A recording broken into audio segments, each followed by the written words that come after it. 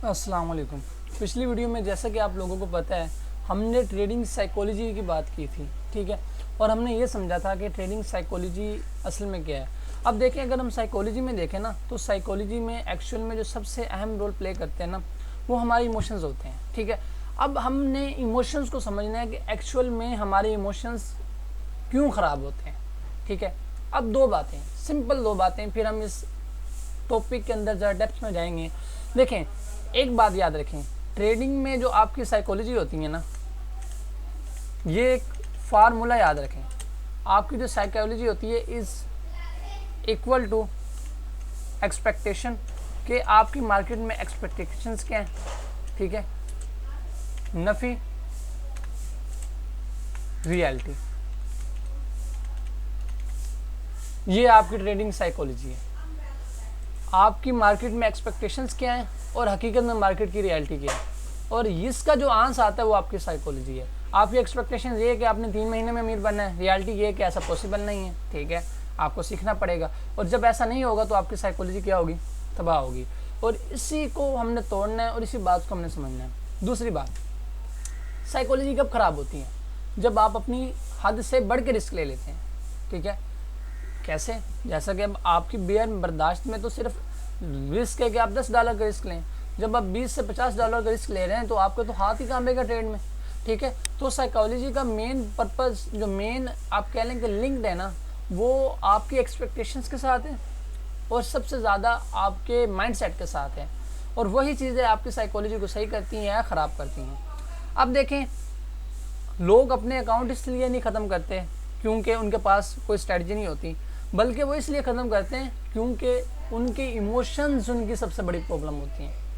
इंसान को मैंने पिछली क्लास में एक सवाल दिया था आप लोगों के कि सबसे बड़ा आपका लॉस किस वजह से हुआ है, या आपके लॉजिक की वजह से हुआ या इमोशंस की वजह से। तो आपका क्या जवाब होगा कि ऑफकोर्सली इमोशंस की वजह से। इमोशंस ही ऐसे हैं जो मार्केट में हमें मारते हैं।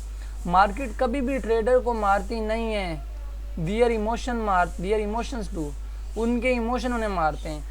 एक गुड सेटअप, ठीक है, एक अच्छा सेटअप है आपके पास, गुड हो गया, लेकिन वो कुछ भी नहीं है अगर आपको डर रखता है, अगर आप लालची हैं और आप अपने ऊपर डाउट रखते हैं, तो ये चीज़ें तो आपके ब्रेन को हाईजैक कर लेंगी। तो इस टॉपिक में हमने ये समझना है कि किस तरह हम अपने इमोशंस को अंडरस्टैंड करें, उन्हें ट्रैक करें और उन्हें मैनेज करें, ठीक है। जो कि हर इमोशनल के, समझ लें कि हर ट्रेडर के एक इमोशनल साइकिल होता है ना, उसे हम स्टडी करें, ठीक है। अब सबसे पहले हम देखते हैं कि ये इमोशनल साइकिल एक्चुअल में होता क्या है। देखें, इमोशनल साइकिल से मुराद एक रिपीटेबल इमोशनल पैटर्न है। क्या? रिपीटेबल इमोशनल पैटर्न, यानी कि ऐसा पैटर्न जो आप देखेंगे ना, एक गलती ट्रेडर बार बार करता है। आप बार बार ओवर रिस्क लेते हैं, आप बार बार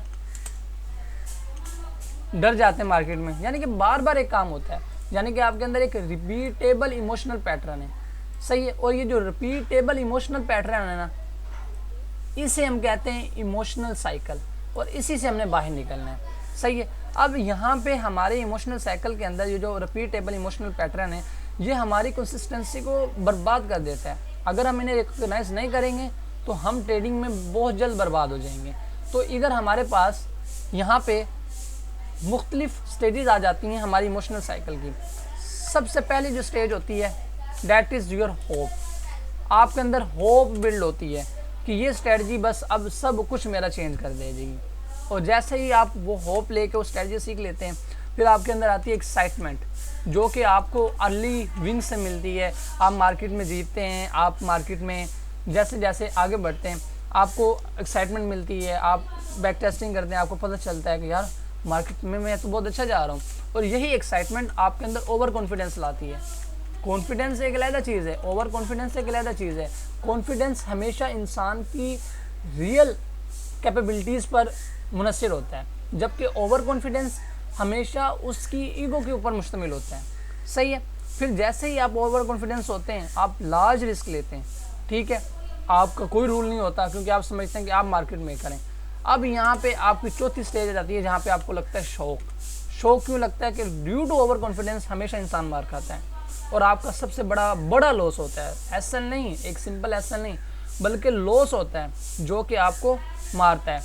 फिर पांचवा आपका आ जाता है डिनाइल, ठीक है, जो कि लॉस होने के बाद आप कहते हैं कि यार क्या बैड लक है, अब मैं दोबारा ट्रेड लूँगा। यानी कि आप ये नहीं समझते कि मार्केट ने अब तो मैं निकाल दिया, हम कहते हैं कि ये हमारी किस्मत में था और हम उस किस्मत को बदलने के लिए दोबारा में ट्रेड लेते हैं। और जब आप दोबारा उसमें ट्रेड लेते हैं तो आप क्या करते हैं, आप अब डरते हैं क्योंकि आपका लॉस हुआ होता है। हमारा दिमाग हमेशा दो चीज़ों पे चलता है, gain pleasure and avoid pen. या तो प्लेजर गेन करना चाहता है या पेन से अवॉइड करना चाहता है।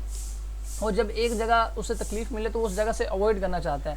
और जब आपको ऐसा लगता है कि आपका बड़ा लॉस होता है ना, तो इसी वजह से आपके वो मार्केट के अंदर फिर आता है। कभी भी छोटे लॉस के बाद आपको मार्केट में इंटर होते फियर नहीं आएगा, बड़े लॉस के बाद आपको फियर आता है कि आप मार्केट में इंटर हो। फिर उसके बाद आप जब फियर आता है तो आप क्या करते हैं, ऐसे ही एंट्रीज रैंडमली देख रहे होते हैं, डर की एंट्रीज लेते हैं और यहीं पे आपके अंदर आती है पैनिक एंड फ्रस्ट्रेशन की कह लें इमोशंस, जो आपको ओवर ट्रेडिंग की तरफ लेके जाती हैं, आपको होप की तरफ लेके जाती हैं।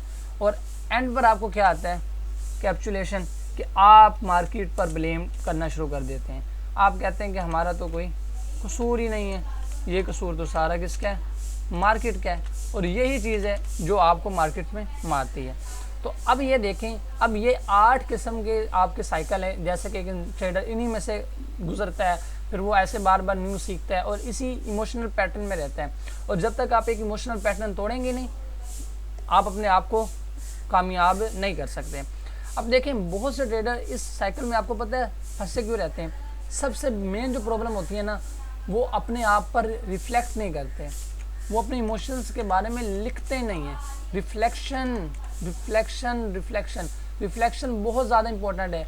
आप अपने आप को जर्नलिंग नहीं करते। ट्रेडर की इस जोन में फंसे रहने की सबसे बड़ी जो खामी है या कह लें मेन वजह है ना, वो रिफ्लेक्शन है। वो कभी अपने आप पर रिफ्लेक्शन नहीं करते, अपने इमोशंस की रिफ्लेक्शन नहीं करते, अपने बिहेवियर को ट्रैक नहीं करते। वो अपनी स्ट्रेटजी चेंज करने की कोशिश करते हैं, जबकि अपनी साइकोलॉजी को फिक्स नहीं करने की कोशिश करते हैं। वो जर्नलिंग से अवॉइड करते हैं और वो फास्ट रिजल्ट चाहते हैं, ना कि मेंटल मास्टरी चाहते हैं। तो देखें, कभी भी यू यहाँ मैं लिख देता हूँ ताकि आपको ये बात याद रहे, you can not build consistency with an inconsistent emotional state।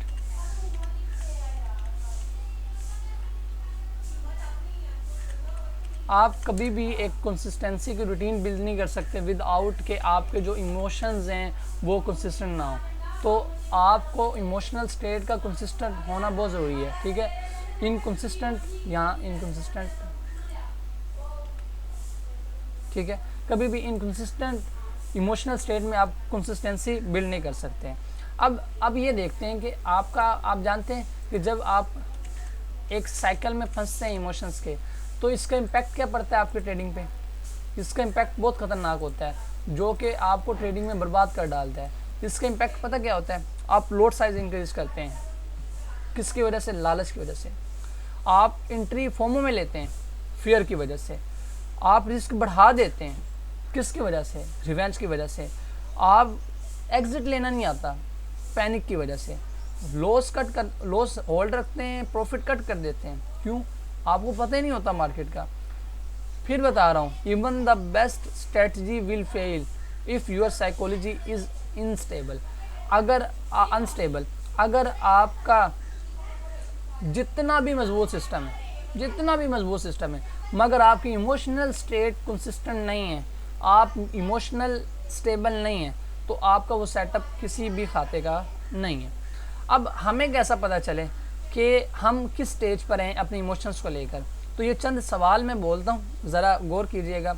अपने आप से पूछें, क्या लॉस होने के बाद आप उससे रिकवर करने की कोशिश करते हैं, यानी कि रिवेंज ट्रेडिंग करते हैं, या उसका इनकार कर देते हैं, मार्केट पे ब्लेम डाल देते हैं, या ये समझते हैं कि नहीं यार लॉस तो होना था, ठीक है। क्या आप ओवर कॉन्फिडेंस के बाद अपने जो रिस्क साइज़ है वो बढ़ा देते हैं। क्या आप डर से अपने सेटअप्स में इंटर होते हैं। क्या आप न्यू स्ट्रेटजीज़ के लिए रोज़ बरोज़ देखते रहते हैं, क्योंकि एक सेटअप आप चलाएंगे उसमें 1-2 लॉस हुए, आप डर गए, ठीक है। क्या आप इमोशनली नम फील करते हैं, क्यों? तो आपने इन सवालों के जवाब देखने हैं। और एक बात याद रखेंगे, अवेयरनेस इज़ पावर। आपको अपनी इमोशनल जो पैटर्न है ना उसे ट्रैक करना आना चाहिए। जिस तरह आप अपनी ट्रेड्स को ट्रैक करते हैं, अपनी इमोशनल पैटर्न को ट्रैक करें, ठीक है। अब हम अगर इस इमोशनल साइकिल में फंसे हुए हैं तो हम कैसे इसे ब्रेक करेंगे, ठीक है। सबसे पहले ब्रेक करने के लिए ना अपने इस इमोशनल साइकिल को, पहली जो चीज़ आती है ना, ट्रैक योर इमोशंस। पहले आप अपने इमोशंस को जानें, उन्हें ट्रैक करें कि एक्चुअल में आपके अंदर होता क्यों है। देखें ना, हम कहते हैं कि यार मैं ये नहीं करूँगा, फिर भी आप क्यों कर गुजरते हैं? क्योंकि आप ट्रैक नहीं करते, आप उसके बारे में सोचते नहीं हैं। आप ये नहीं देखते कि यार मैं आज जो मैंने ट्रेड ली वो फेयर की बेस पे ली, ग्रीड पे ली, या होप पे ली, या एंगर पे ली, ठीक है। आप इसको ट्रैक करें। फिर क्रिएट इमोशनल रूल्स, अपने आप पे कुछ इमोशनल रूल्स पूरे करें, बनाएं और उनको ऊपर पूरा करने की कोशिश करें। क्रिएट इमोशनल रूल्स, यानी कि 2 लॉसेस के बाद या 1 लॉस के बाद मैं ट्रेड नहीं करूँगा, ठीक है। जब मुझे लॉस हो जाए तो फिर मैं ब्रेक लूँगा, ठीक है। कभी भी मैं अपनी लॉट साइज़ बढ़ाऊँगा नहीं, हमेशा फिक्स रखूँगा, ठीक है। और कोई भी ट्रेडिंग नहीं करूँगा जब मेरे एक स्ट्रॉन्ग इमोशंस हो किसी भी तरह में या कोई परेशानी हो। सही हो गया। फिर तीसरी चीज़, आपके पास हैव रीसेट रिचुअल। कोई ऐसा रिचुअल होना चाहिए जिसके अंदर आप आराम ले सकें। आपके पास एक प्रॉपर आरामदायक सुकूनदेह रिचुअल होना चाहिए, ठीक है। फिर चौथा, एक्सेप्ट द साइकिल। आपको फेस करना पड़ेगा अपने इमोशंस को और उन्हें मानना पड़ेगा, एक्सेप्ट करना पड़ेगा। देखें ना, प्रॉब्लम की सोल्यूशन का पहला हल पता क्या है कि आइडेंटिफाई करें, ठीक है, और एक्सेप्ट करें कि आपके अंदर वो चीज़ है। तो एक्सेप्ट करें अपने इस साइकिल को कि आपके अंदर जो एक ट्रेडिंग का साइकिल है, ठीक है। और इसके लिए आप फिर डेली हैबिट्स अपनाएं, डेली अफर्मेशन करें, अपनी एक वीकली रूटीन बनाएं। और जब आप अपने इन रूल्स को पूरा करते हैं तो अपने आप को रिवार्ड्स दें, ठीक है। और आपके पास एक ट्रेडिंग का प्रॉपर कूल डाउन पीरियड होना चाहिए। जैसा कि मैंने बताया कि ब्रेक लेने आओ, ठीक है। Control yourself first, then control your trades, simply, ठीक है। अब ये देखें कि एक प्रो ट्रेडर कैसे अपने इमोशन से डील करता है। ये सबसे इंपॉर्टेंट है कि हमें कैसे अपने, एक्चुअल में हमने ये तो पढ़ लिया कैसे डील नहीं करना, अब ये देखते हैं कि कैसे करना है। उनका फिक्स्ड रिस्क होता है। पहली चीज़, हमेशा फिक्स्ड रिस्क लेते हैं। 1% लेना है तो एक ही लेना है, विन हो जाने की वजह से बढ़ा नहीं देना, ठीक है। एक हार्ड SL TP रखते हैं, ठीक है। SL और TP, सबसे ज़्यादा आपका TP, फिर उसके बाद आपके SL पे फोकस होना चाहिए, ठीक है। कभी भी वो सिंगल ट्रेड की केयर नहीं करते, यानी कि एक ट्रेड में SL हो गया, TP हो गया, वो केयर नहीं करते, क्योंकि वो ये देखते हैं कि मैंने मार्केट में लाखों ट्रेडें लेनी है तो ये एक ट्रेड क्या मेरा बिगाड़ सकती है। डोंट केयर अबाउट, एक मिनट ठहरें,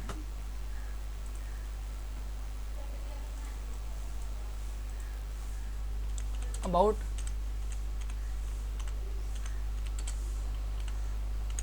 सिंगल ट्रेड, यानी कि किसी भी एक सिंगल ट्रेड को लेकर वो परेशान नहीं होते। हो सकता है TP हो जाए, हो सकता है SL हो जाए, उन्हें इस चीज़ की टेंशन नहीं है। वो क्या देखते हैं, वो ये देखते हैं कि उन्हें मार्केट में लॉन्ग टाइम सर्वाइव करना है और वो उस चीज़ को लेकर चलते हैं, ठीक है। उसके बाद वो ब्रेक लेते हैं। ब्रेक लेना बहुत ज़रूरी है। टेक ब्रेक्स, अपनी ज़िंदगी में ब्रेक्स लिया करें। आपके अंदर एक कहा जाता है कि बाज़-औक़ात ना कुछ करना भी एक फ़न होता है और इंसानों को ये फ़न आता नहीं है। ना कुछ करने का फ़न सीखें। बाज़-औक़ात कुछ भी ना किया करें, बस बैठ जाया करें अपने आप के साथ। हर चीज़ से, अपने ख़यालात से भी अपने आप को ब्रेक दिया करें कि यार बस अपने आप को ब्रेक दें, हर चीज़ से ब्रेक दें, ठीक है। और then keep your life organised, यानी कि वो, अच्छा हम उनकी बात कर रहे हैं तो वो अपनी लाइफ को क्या करते हैं, ऑर्गेनाइज रखते हैं, ठीक है। वो हमेशा अपनी लाइफ को ऑर्गेनाइज रखते हैं। वो ये देखते हैं कि इस टाइम उठना है, ठीक है, प्रॉपर रूटीन फॉलो करते हैं क्योंकि वो ट्रेडर हैं। देखें ना, आइडेंटिटी मैटर्स। जब एक आप आइडेंटिटी बनी हो ना, लाइक आप जॉब हैं तो आप प्रॉपर रूटीन पे सोएंगे, उठेंगे। जब आप ट्रेडर हैं तो आप एक रूटीन बनाएं कि यार मैं ट्रेडर हूँ, मैंने रात इतने बजे सो जाना है, सुबह इतने बजे उठना है, मैंने रूटीन फॉलो करनी है, मैंने मॉर्निंग में ये करना है, मैंने इस तरह, यानी कि प्रॉपर एक रूटीन बिल्ड करें, ठीक है। तो अब इसके बाद अब अपना एक इमोशनल सेटअप बिल्ड करना है। अब हम अपना इमोशनल सेटअप कैसे बिल्ड करेंगे? Create your own emotional recovery system. Create your own system. अब हम अपना सिस्टम कैसे बिल्ड करेंगे? Main question. हर ट्रेड के बाद अपने आप से सब कुछ सवाल पूछा करें। हर ट्रेड से पहले अपने आप से कुछ सवाल पूछा करें, क्या ये मेरी फीलिंग थी या सच में लॉजिक के साथ इंटर हो रहा हूँ? ठीक है। और आफ्टर डैट भी ये पूछें, क्या मैं अपनी फीलिंग को चेस कर रहा हूँ या प्राइस को देख रहा हूँ, क्या मैं अपने प्लान को फॉलो कर रहा हूँ या सिर्फ अपने इमोशंस को लेकर चल रहा हूँ। और जब आप ये करें, at the end of the day, at the end of the week, अपने आप से पूछें, क्या मैंने अपने किसी रोल को तोड़ा तो नहीं है अपने इमोशंस में आके, क्या मेरे इमोशंस मेरे पे हावी तो नहीं हो गए, और किस तरह मैं अपने आप को मज़ीद से मज़ीद इम्प्रूव कर सकता हूँ। ठीक है। अब आपका काम क्या होगा, अब आपने क्या करना है, आप करें जर्नल अपनी 5 ट्रेड्स को। आप देखें, अब पूछें अपने आप से, ये आपका काम है, अब अपनी ट्रेड्स को जर्नल करना स्टार्ट करें। देखें कि आपकी ट्रेड पे आपकी इमोशंस ने क्या किरदार अदा किया। ठीक है, क्या वो आपके कंट्रोल में थी या नहीं थी। ठीक है, फिर आप अपने 3 रूल्स ऐसे लिखें जो आपको प्रोटेक्ट करें आपके फियर से, ग्रीड से या रिवेंज से। ठीक है, अपनी एक चेकलिस्ट बनाएं जो कि आपके लॉजिक के बेस पर हो, ना कि इस चीज़ पर कि मैं ऐसा फील करूँगा तो मैं एंटर हो जाऊँगा। ठीक है, और आप तब लिखेंगे जब मेरी मेंटल कंडीशन 10 में से 8 गुना बेहतर होगी तो मैं मार्केट में रहूँगा। और एक और चीज़ देखिए, इमोशन क्या होते हैं, इमोशन कुछ भी नहीं होते, emotion is just a signal.